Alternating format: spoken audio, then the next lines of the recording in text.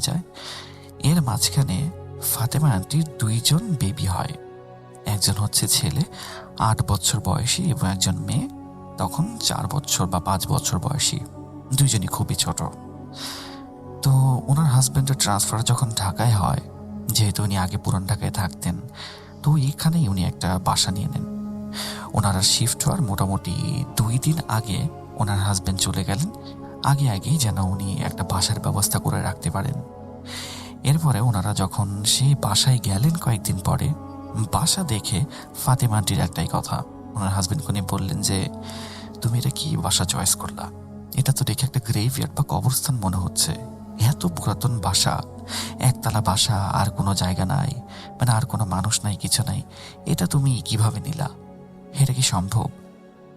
একটা কথা এখানে বলে রাখা ভালো, এই ঘটনাটা ওনাদের সাথে ঘটেছে আজ থেকে প্রায় 30 থেকে 35 বছর আগে। তখন পুরান ঢাকার অবস্থাটা কেমন ছিল সেটা আপনারা অবশ্যই জানেন। তো আবার ঘটনায় ফিরে আসি। বাসাটা নেওয়ার পরে ওনার ফাতেমা আন্টি যখন বাসার ভেতরে ঢুকলেন, উনি দেখলেন যে সমস্ত যত ধরনের ওয়াল, বিম যাই ছিল সব কিছুর উপরে একটা শেওলা মতো ভাব, আর কিরকম পিচ্ছিল এবং কিরকম একটা ভেজা ভেজা সেতে ভাব সম্পূর্ণ বাসার ভেতরে। তো এই জিনিসটা ওনার পছন্দ হয়নি। বাসায় ওঠার পরে কিছু যখন ফাতেমা আন্টি আলমারি খুলবেন, তখন উনি দেখেন আলমারিটা খোলা এবং আলমারির দরজাটা টোটালি আলমারি থেকে আলাদা। উনি আলমারির দরজাটা টান দিতেই দরজাটা ওনার উপরে এসে পড়ে যায়। উনি তখন ওনার হাজব্যান্ডকে বলে, তুমি জিনিসপত্র কিভাবে শিফট করো?